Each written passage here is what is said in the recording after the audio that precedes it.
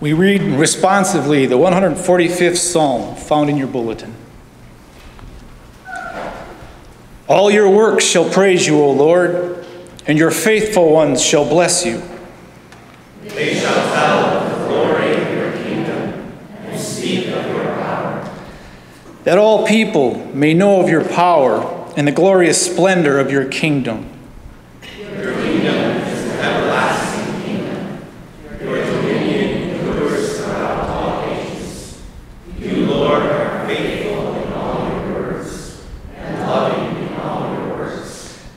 The Lord upholds all those who fall and lifts up those who are bowed down. The eyes of all wait upon you, O Lord, and you give them their food in due season. You open wide your hand and satisfy the desire of every living thing. You are righteous in all your ways and loving in all your works. You are near to all who call upon you, to all who call upon you faithfully. Word of God, word of life. Thanks be to God.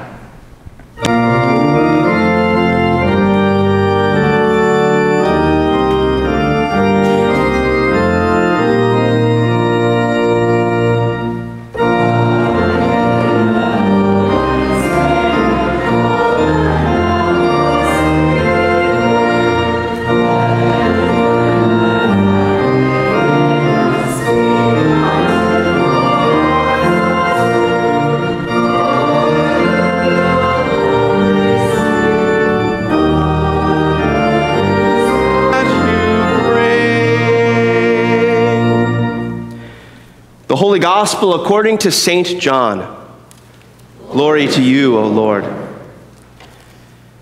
After this, Jesus went to the other side of the Sea of Galilee, also called the Sea of Tiberias. A large crowd kept following him because they saw the signs that he was doing for the sick. Jesus went up the mountain and sat down there with his disciples. Now, the Passover, the festival of the Jews, was near. And when he looked up and saw a large crowd coming toward him, Jesus said to Philip, "Where are we to buy bread for these people to eat?" Jesus said this to test him, for he himself knew what he was going to do. And Philip answered him, 6 months' wages would not buy enough bread for each of them, even to get a little. One of his disciples, Andrew, Simon Peter's brother, said to him, "Well, there's a boy here who has 5 barley loaves and 2 fish, but what are they among so many people?" Jesus said, "Make the people sit down." Now, there was a great deal of grass in the place, so they sat down, about 5,000 in all. Then Jesus took the loaves, and when he had given thanks, he distributed them to those who were seated, and so also the fish, as much as they wanted. When they were satisfied, he told his disciples, "Gather up the fragments left over, so that nothing might be lost." So they gathered them up, and from the fragments of the 5 barley loaves left by those who had eaten, they filled 12 baskets. When the people saw the sign that he had done, they began to say, "This is indeed the prophet who is to come into the world." The Gospel of the Lord. Praise to you, O Christ. You may be seated.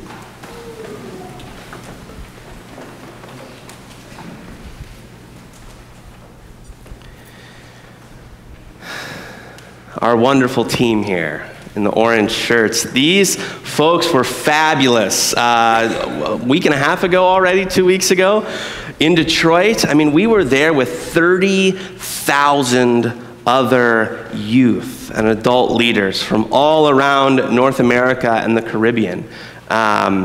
It was a wild experience. You'll have to check out in the hallway. We have got all these photos up on the glass outside the fellowship hall. So please check out the photos, see where we were, see the people we were with, but also afterwards ask these youth about their experience. ask them about their story. We're going to be lined up after the service, and they've got a lot to tell us, a lot to share. And the thing is, as we headed into Detroit with all these other Lutherans, we came together there not only just to worship and not only just to hear some great speakers and preachers and not only to rock out to some Motown hits, which we did a little bit of there in the city, Motor City. No, actually 30,000 Lutherans came together in Detroit to proclaim the gospel. And we proclaimed this gospel, God's good news for the world, in 3 ways. We proclaimed story, God's story and our story. We proclaimed community, the importance of healthy, life-giving relationships. And then we proclaimed justice, God's action and our action to make things right in our world. And the first day we were there, we began with storytelling. And one of our own youth, Noah Guy, who actually couldn't be here today, and he shared with our entire synod as we gathered in Detroit, 1,000 people. He shared his story about his life, his faith, the circumstances he's walked through that have been difficult for him. And as we listened to Noah's story, we were also then encouraged to listen to our own stories and pay attention to where God has been in our lives and where God then calls us to action in our world, which is then what the following 2 days were all about, community and justice. And those next 2 days helped us together with these 30,000 other youth help learn how communities bear burdens together and how we can break chains of injustice together, how we build bridges and bring hope, which are all part of this community justice work that we were invited into there in Detroit. The thing is, it wasn't just the keynote speakers and the evening bands and the preachers who showed this to us or revealed this to us. It was actually more of the people in Detroit who modeled this way for us of proclaiming, because they invited us them to work with them in the city together. And then as we listened to them and learned from them and acted alongside of them, we were changed. And since our whole team couldn't be here with us today, we've recorded some reflections from our youth, from their time in Detroit. So here's their story. We'll have it up on the screen here. Listen to their story. Maybe it'll help you reflect on your story and our story. Well, the first day we did Proclaim Story Day, where we gathered with our synod and had like a little worship service, kind of just talked about stuff like how to think about your story with God and everything. And then our next day was Proclaim Community Day, where we got to kind of maybe like learn how other people are going through life. We did like this cool water walk thing where we learned, or more so got to experience how like an African woman might have to like walk for her water every day and then the struggles they might go through. And then the third day was Proclaim Justice Day, and we got to go fix up some rundown houses with like real people from the community, and that was really cool. And also we got to meet some other churches from around the country and do some service with those guys, so that was fun. I told my story the second day. It was the Synod Day. I got up in front of 1,000 people and I had told the story of my faith. Here in Rochester, I'm going to live out my story by getting involved with things like through church, doing things maybe like just the trips, whether it is to the Boundary Waters or whatnot. There's always something service-like for us to do on these trips. I think the most important day was Saturday, which was justice. And we helped out around a neighborhood with fixing up old abandoned homes, and just seeing the before and after pictures was really amazing to know that we did that much work to make the homes look completely different from what they were before. Detroit is in a rebuilding process, and I noticed a lot more community than in Rochester, and they taught me that people can come together as strangers and then leave as friends. Yeah, I was actually really surprised about the neighborhoods there and what they looked like. It was nothing like what I expected to be. They were a lot nicer. When they saw us walking past, people were coming out of their homes and people were stopping in cars and they were waving at us.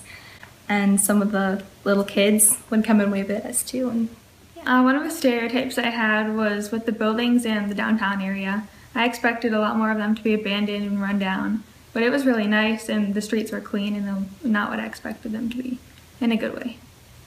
I think the biggest thing is just knowing that we helped out there and how many new people we met and how many people are willing to get together to do this one thing for one city.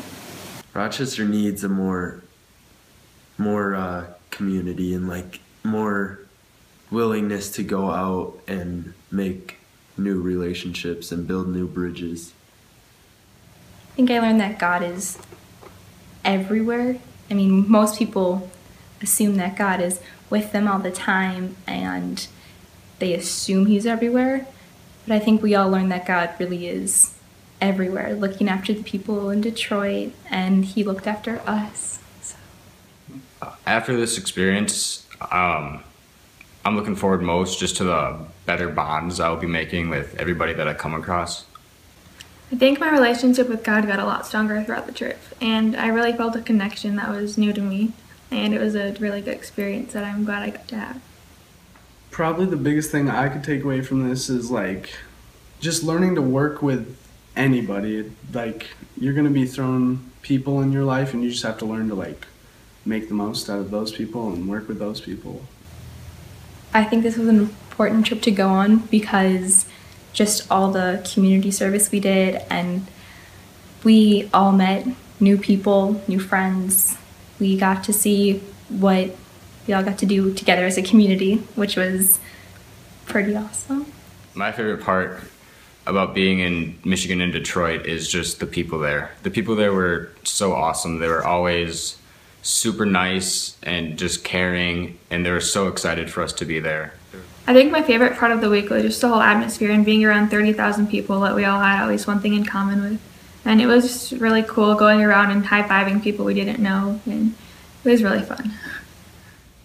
Well, personally, I think my favorite part was just like seeing this new place, Detroit, and like just seeing all these people there excited to do things. Because I mean, I don't know, I kind of didn't expect so much like energy to be there and like everyone to be so excited. I didn't like, it was a lot, I don't really know, like it was just like fun, like just a lot of people doing stuff for the right cause. I think it was nice. I think God was in a lot of places, and the people who stopped and waved at us, and the homes after we rebuilt them, and the number of people at the end of the nights when we were all together and singing loudly to all those songs and listening to all the people speaking. So. I think I see things from a new perspective now, and I can carry that along with me and all the things I learned, and I can just use that to go out into the world and try new things with the new experiences. Community is important because nobody can just do everything on their own, and community is all about building bridges and coming together and working as a team so that everyone is helped. So yeah, don't be afraid. Let's get out there and show the world what we Lutherans can do out there to make a difference.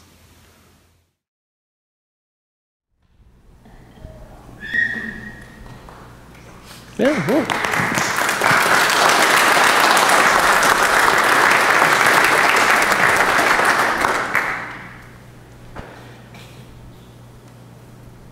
You know, in our gospel story today, as Jesus meets the people in the field for this unexpected feast, did you notice that the one whose little bit of bread and fish that ends up feeding thousands was just a young boy? How fitting then it is that our youth are the ones to give us this bread of life. How fitting it is that our youth are the ones that make possible this way in our midst where people are cared for and fed and housed. You know, on our way home, as we drove back from Detroit, we were all in one 15-passenger van driving all the way through Indiana and Illinois, up through Wisconsin and back into Minnesota. Through all those states, we reflected together. We reflected on how some of our broken stereotypes allowed us to enter into this important justice work with new lenses, seeing things in a different way, understanding things in a different way. And you reminded us that we had come into the city thinking things like the people are going to be sketchy and rude or violent, or that they wouldn't be very nice because they didn't want us there. But in reality, we found that Detroit is actually an excellent example of God's work in the world, to break chains and to bear burdens together.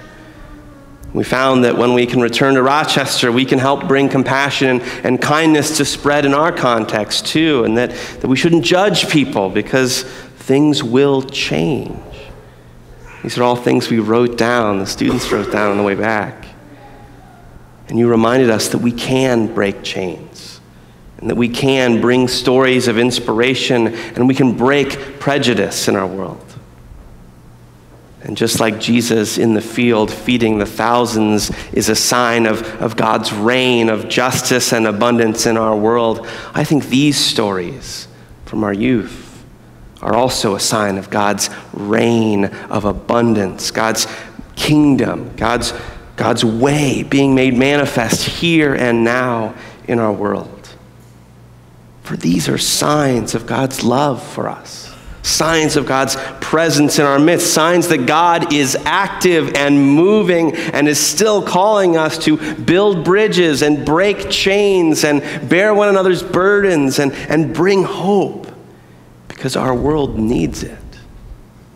We need it. If we hear anything from these voices among us, I hope that we hear and know that our God is a God whose story, whose community, and whose justice will continue to be proclaimed. And these, our youth, will show us that way.